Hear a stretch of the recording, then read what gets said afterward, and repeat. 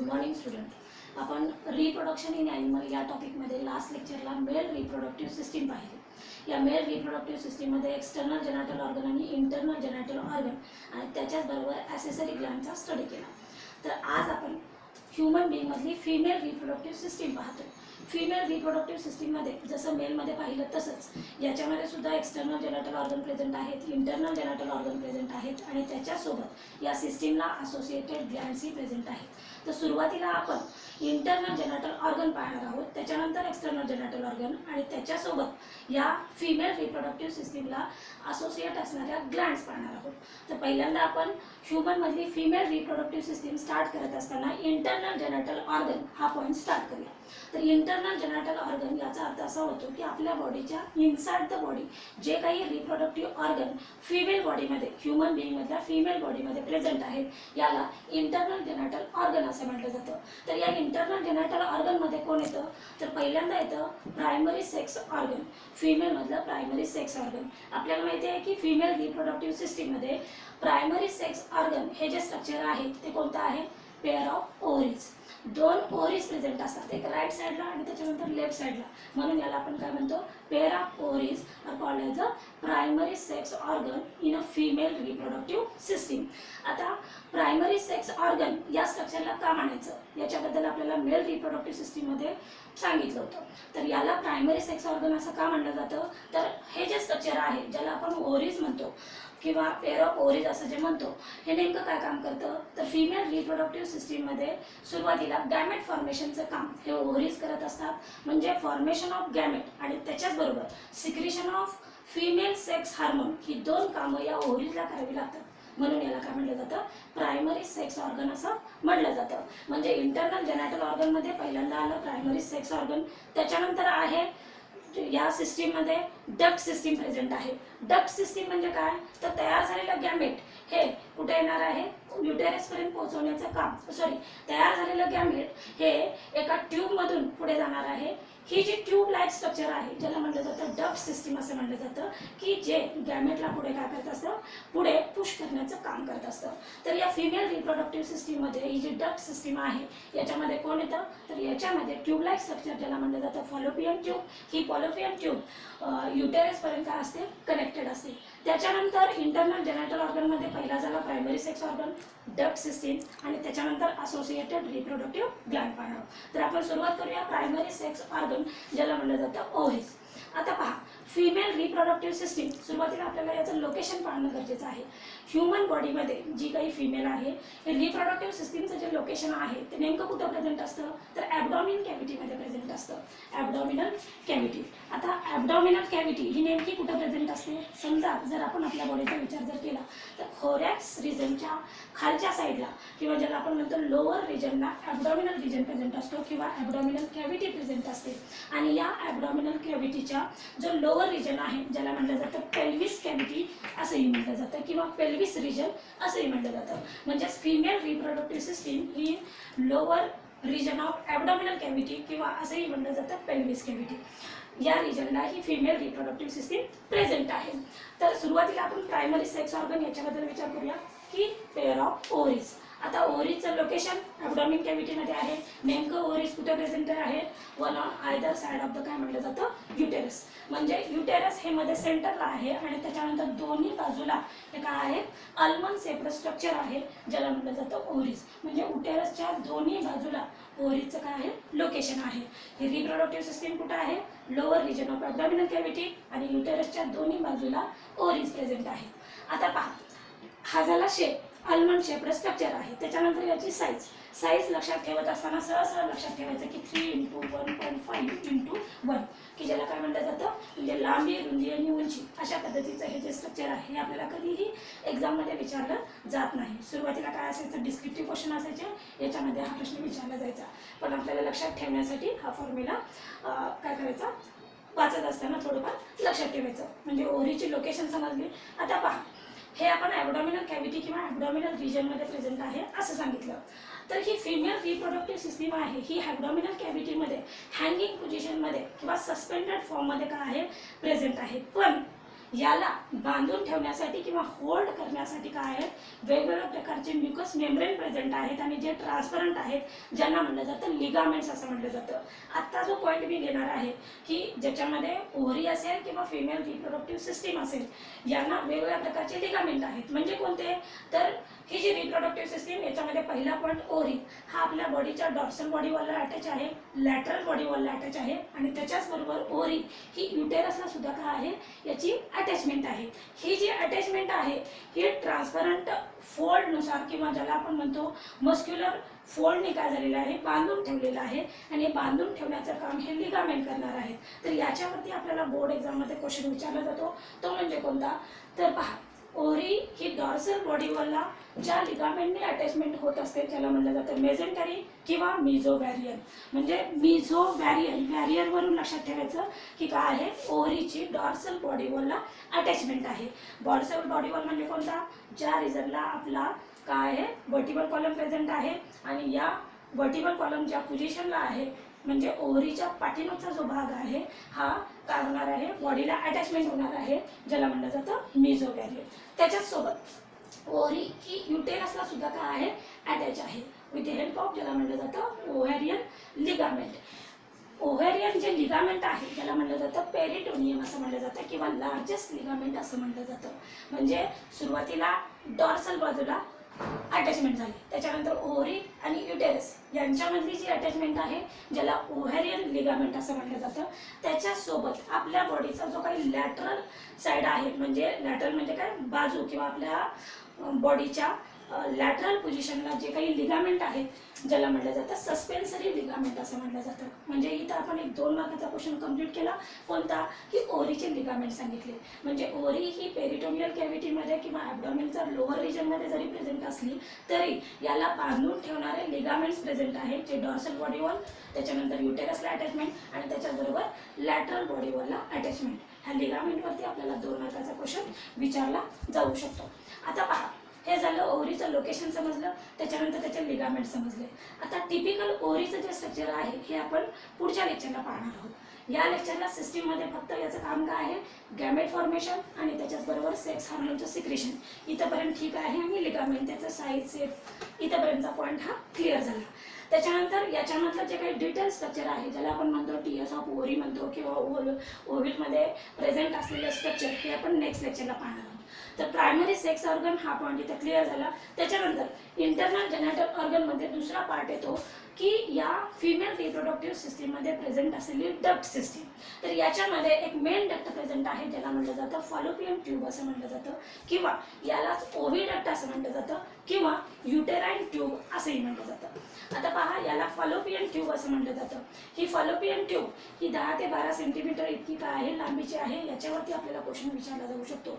Right a short note on fallopian tube असाही question विचारला जाऊ शकतो. किंवा आपण लिहित असताना असंही म्हणतो की फिमेल रिप्रोडक्टिव्ह सिस्टीममध्ये ओव्हिडक्ट प्रेझेंट आहे. पण नेमकं ओव्हिडक्ट म्हणजे काय, यालाच म्हटलं जातं फॉलोपियन ट्यूब. त्याच्यानंतर याला युटेराइन ट्यूब असंही म्हटलं जातं.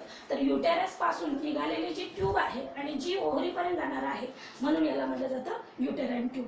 तर ही जी फॉलोपियन ट्यूब आहे या फॉलोपियन ट्यूबमध्ये 3 सब पार्ट आहेत. कोणकोणते 3 सब पार्ट आहेत, तर पहा, युटेरस पासून निघालेला जो इलिव्हेटेड पार्ट आहे किंवा नॅरोवर पार्ट आहे याला इस्टमस असं म्हटलं जातं. त्याच्यानंतर पुढे जाऊन तो मोठा झालेला किंवा सोलन जो पार्ट आहे ज्याला अँफ्युला असं म्हटलं जातं. त्याच्यानंतर अँफ्युलाच्या पुढे जे फनल शेप्ड स्ट्रक्चर आहे ज्याला म्हटलं जातं इन्फंटिब्युलम असं म्हटलं जातं. आणि इन्फंटिब्युलमचा जो एंड पॉईंट आहे किंवा फॉलोपियन ट्यूबचा जो एंड पॉईंट आहे ज्याच्यामध्ये फिंगर लाईक प्रोजेक्शन्स आहेत ज्याला म्हटलं जातं फिमरी. आता या इन्फंटिब्युलमला एक ओपनिंग प्रेझेंट असतं, या ओपनिंगला म्हटलं जातं ऑस्टियम. आता आपण सुरुवातीपासून पाहूया.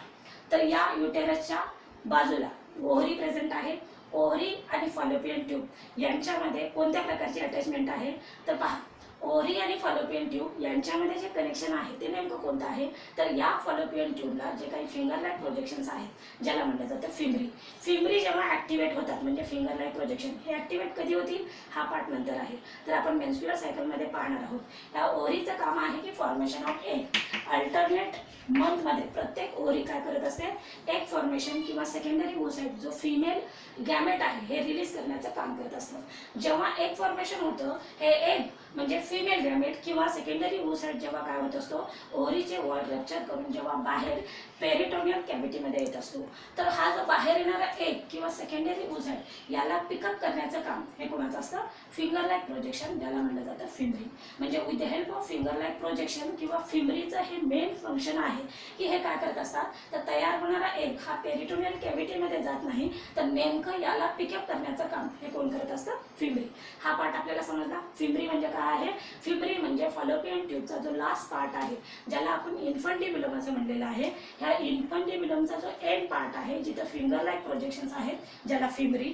आणि हे फिमरी नेमकं काय करतात, तयार झालेला किंवा रिलीज झालेला एग हा पिकअप करण्याचं किंवा कॅच करण्याचं काम हे इन्फंटिब्युलमचं आहे. म्हणजे infundibulum through the opening of ostium, म्हणजे इन्फंटिब्युलममध्ये हा एग कसा जाणार आहे, तर इथे एक ओपनिंग प्रेझेंट असतं ज्याला म्हटलं जातं ऑस्टियम. इन्फंटिब्युलममधून नंतर तो कुठं जाणार आहे, तयार झालेला किंवा पिकअप केलेला एग हा सोलन पार्ट फॉलोपियन ट्यूबचा, ज्याला म्हटलं जातं अँफ्युला. अँफ्युला हा बायोलॉजिकल वर्ड कोणत्याही सिस्टीममध्ये येतो, जिथं सोलन पार्ट आहे त्याला अँफ्युला असं म्हटलं जातं. तर या फॉलोपियन ट्यूबमध्ये हे जे स्ट्रक्चर आहे जिथं सोलन पार्ट दिसतो किंवा फुगलेला रिजन दिसतो, ज्याला अँफ्युला असं म्हटलं जातं. आता हा पार्ट जो आहे तो लार्जेस्ट असतो. या पार्टचं इम्पॉर्टंट फंक्शन काय आहे की is the site of fertilization असं म्हटलं जातं. जेव्हा आपण पुढे पाहणार आहोत फर्टिलायझेशनचा पार्ट, युनियन ऑफ मेल आणि फिमेल गॅमेट, की याच्यामध्ये फिमेल गॅमेट हे जेव्हा ओव्युलेशन झाल्यानंतर फिमरीनं पिकअप केल्यानंतर अँफ्युलामध्ये येतात, तेव्हा इथंच काय होत असते, थ्रू वजायना जेव्हा स्पर्मची एंट्री होत असते, तेव्हा अँफ्युला रिजनमध्ये हे एग प्रत्येक मंथला हे काय करत असतात, स्पर्मची एंट्रीसाठी वेटिंग असतात. इथं जेव्हा युनियन होणार आहे तेव्हाच काय होईल, फर्टिलायझेशन. म्हणजे अँफ्युला हा जो फॉलोपियनचा जो ट्यूबचा जो पार्ट आहे तो कसा आहे, is the site of fertilization. म्हणजे फर्टिलायझेशन प्रोसेस ही अँफ्युला रिजनमध्येच काय होत असते. त्याच्यानंतर पुढे फर्टिलायझेशन झाल्यानंतर पुढच्या स्टेजेस, डेव्हलपमेंटल स्टेजेस स्टार्ट होत असतात आणि त्याच्यानंतर ह्या डेव्हलपमेंटल स्टेजेस ह्या नेमक्या कुठं जात असतात, युटेरसपर्यंत जात असतात. कारण युटेरसला आपण ओम किंवा ज्याला काय म्हटलं जातं की ज्याच्यामध्ये एम्ब्रिओ काय होणार आहे, एम्ब्रिओची डेव्हलपमेंट होणार आहे, ही जी साईट आहे इथंपर्यंत घेऊन जाण्याचं काम हे पार्ट कोणाचं आहे, इस्थमसचं आहे. आता पहा, तयार झालेला एग हा नॉन मोटाईल असतो. हेप्लॉइड गॅमेट तयार झालेलं असतं, मग नॉन मोटाईल आहे म्हणजेच याच्यामध्ये लोकोमोटरी ऑर्गन काय आहेत, ॲब्सेंट आहेत. मग हा फॉलोपियन ट्यूबमध्ये पुश कसा होईल, तर याला पुश करण्याचं काम हे फॉलोपियन ट्यूबचंच आहे. कारण फॉलोपियन ट्यूब ही 10 ते 12 सेंटीमीटरची लॉंग आहे, पण त्याचं जे इंटरनल लायनिंग आहे ज्याच्यामध्ये सिलिएटेड इपिथेलियम सेल्स प्रेझेंट आहेत किंवा इथं इपिथेलियल टिश्यू प्रेझेंट आहे. आणि या इपिथेलियल टिश्यूमध्ये जो लोकोमोटरी ऑर्गन प्रेझेंट आहे त्याला म्हणलं जातं सिलिया असं म्हणलं जातं. आणि या सिलियाच्या मदतीनं हा पिकअप केलेला एग हा पुढे पुश करण्याचं काम होतं. म्हणजेच या फॉलोपियन ट्यूबमध्ये सगळ्यात महत्त्वाचा पॉईंट काय आहे, इथं सिलिएटेड इपिथेलियल सेल्स प्रेझेंट आहे, ज्याच्या मदतीनं एग हा कुठे होणार आहे, पुढे सरकणार आहे आणि त्याच्यानंतर तो कुठे जाणार आहे, इस्थमसमध्ये जाणार आहे. तर पहा, डक्ट सिस्टीममध्ये हा पॉईंट आपला कव्हर झाला की ज्याला काय म्हणलं जातं, फॉलोपियन ट्यूब असं म्हणलं जातं. या फॉलोपियन ट्यूब ही 10 ते 12 सेंटीमीटर लांब आहे. याला इंटरनल लायनिंगमध्ये काय प्रेझेंट आहे, सिलिएटेड इपिथेलियल सेल्स प्रेझेंट आहेत, ज्याच्या मदतीनं ते एगला काय करणार आहेत, पुश करण्याचं काम करणार आहेत. या फॉलोपियन ट्यूबमध्ये 3 रिजन आहेत. पहिला जो युटेरसच्या जवळ आहे त्याला इस्थमस म्हटलं जातं. त्याच्यानंतर पुढे जो फुगलेला पार्ट आहे त्याला अँफ्युला असं म्हटलं जातं. अँफ्युलाचं मेन फंक्शन काय आहे की इथंच काय होणार आहे, या साईडवरती फर्टिलायझेशन होणार आहे. आणि त्याच्यानंतर फॉलोपियन ट्यूबचा जो एंड पॉईंट आहे ज्याला म्हणलं जातं इन्फंटिब्युलम, जे फंडल लाईक स्ट्रक्चर प्रेझेंट आहे, याला एक ओपनिंग प्रेझेंट आहे ज्याला ऑस्टियम असं म्हणलं जातं. याला फिंगर लाईक प्रोजेक्शन प्रेझेंट आहेत. हे फिंगर लाईक प्रोजेक्शन्स एगला पिकअप करण्याचं किंवा पकडण्याचं काम करणार आहेत, ज्याला म्हणलं जातं फिमरी. इथं आपला फॉलोपियन ट्यूब हा पॉईंट काय झाला, क्लिअर झाला. म्हणजे फॉलोपियन ट्यूबचं नेमकं काय काम आहे, ओव्हरीनं तयार केलेले एग हे युटेरसपर्यंत पोहोचवण्याचं काम हे फॉलोपियन ट्यूब करणार. त्याच्यानंतर इंटरनल जेनायटल ऑर्गनमध्ये आपण जो महत्त्वाचा पार्ट पाहणार आहोत ते म्हणजे आहे युटेरस. म्हणजेच इस्थमस जिथं ओपन होणार आहे तिथं जे डोम शेप्ड स्ट्रक्चर प्रेझेंट आहे ज्याला म्हणलं जातं युटेरस असं म्हटलं जातं. तर हे युटेरसमध्ये 3 पार्ट आहेत. वरचा जो डोम शेप्ड पार्ट आहे ज्याला म्हणलं जातं फंडस, जिथं इंटरनल लायनिंग प्रेझेंट आहे ज्याला म्हटलं जातं बॉडी. आणि त्याच्यानंतर युटेरसचा जो काही नॅरोवर पार्ट प्रेझेंट आहे ज्याला म्हटलं जातं सर्विक्स रिजन असं म्हटलं जातं. पहा, युटेरसचे इथं मी काय सांगितलं आहे, 3 पार्ट सांगितलेले आहेत. युटेरसचा जो शेप आहे तो कसा आहे, डोम शेप्ड स्ट्रक्चर आहे, इन्व्हर्टेड पियर शेप्ड स्ट्रक्चर असंही म्हटलं जातं.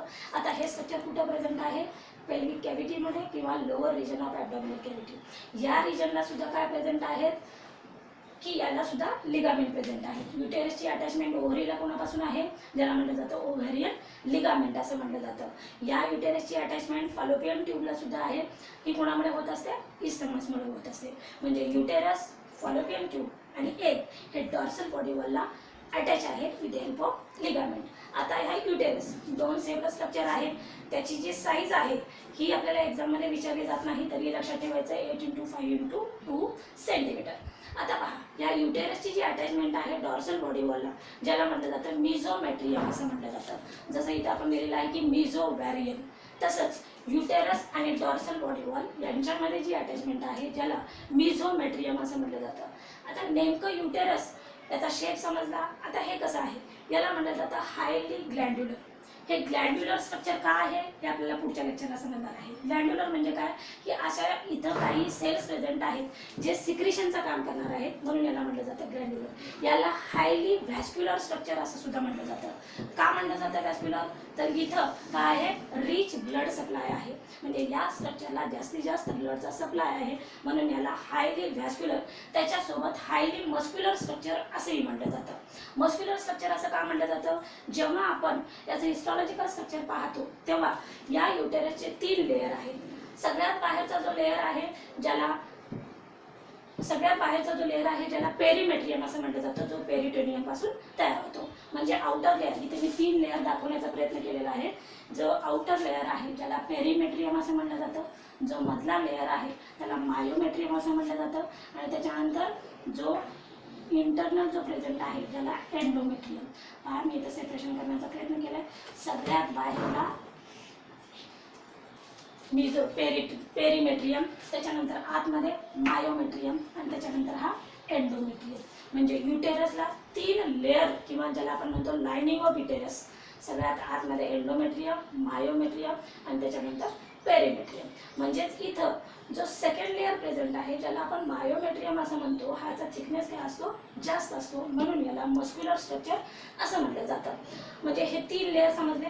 त्याच्यानंतर हा जो 2 सेपरेट स्ट्रक्चर आहे ज्याला फंडस असं म्हटलं जातं, मधला जो ग्लँड्युलर पार्ट आहे ज्याला बॉडी म्हटलं जातं, आणि जो इलिव्हेटेड नॅरो पार्ट आहे ज्याला म्हटलं जातं सर्विक्स असं म्हटलं जातं. म्हणजे ज्याला आपण युटेरस किंवा एम्ब्रियॉनिक सॅक याचं जे ओपनिंग आहे ज्याला म्हटलं जातं सर्विक्स. आता ह्या सर्विक्स रिजनला 2 ओपनिंग प्रेझेंट असतात, एक इंटरनली आणि दुसरा एक्सटर्नली. जो इंटरनली प्रेझेंट आहे ज्याला म्हटलं जातं इंटरनल ओएस असं म्हटलं जातं, आणि जो एक्सटर्नली प्रेझेंट आहे ज्याला म्हटलं जातं एक्सटर्नल ओएस. म्हणजे ज्याला इंटरनल ऑर्फिसी आणि एक्सटर्नल ऑर्फिसी. हा जो एक्सटर्नल ऑर्फिसी असतो तो नेमका कुठं ओपन होत असतो की ज्याला म्हटलं जातं वजायना. फिमेल रिप्रोडक्टिव्ह सिस्टीममधला जे काही टिब्युलर पार्ट आहे ज्याला म्हटलं जातं वजायना, याच्यामध्ये सर्विक्स हा काय होत असतो, ओपन होत असतो. इथं आपल्याला युटेरसचं स्ट्रक्चर समजलं, लोकेशन समजलं. त्याच्यानंतर महत्त्वाचा पॉईंट आहे की युटेरसचं नेमकं फंक्शन काय आहे. तर युटेरस काय काम करतं, तर पहा, फॉलोपियन ट्यूबमध्ये फर्टिलायझेशन झालं. फर्टिलायझेशन झाल्यानंतर पुढच्या एम्ब्रियॉनिक डेव्हलपमेंटमध्ये काय होणार आहे की झायगोट तयार होतो, झायगोट डिवाइड आणि रिडिवाइड होतो, आणि ज्याच्यामध्ये काय तयार होत असतात, ब्लास्टुला तयार होत असतो. तयार झालेला जो ब्लास्टुला आहे ते आपण पुढे पाहणार आहोत. तयार झालेला ब्लास्टुला हा नेहमी युटेरसमध्ये काय होत असतो, इम्प्लांट होत असतो. म्हणजे इम्प्लांटेशन हे युटेरसचं फंक्शन आहे. त्याच्याचबरोबर प्लासेंटा फॉर्मेशन हे सुद्धा युटेरसचं फंक्शन आहे.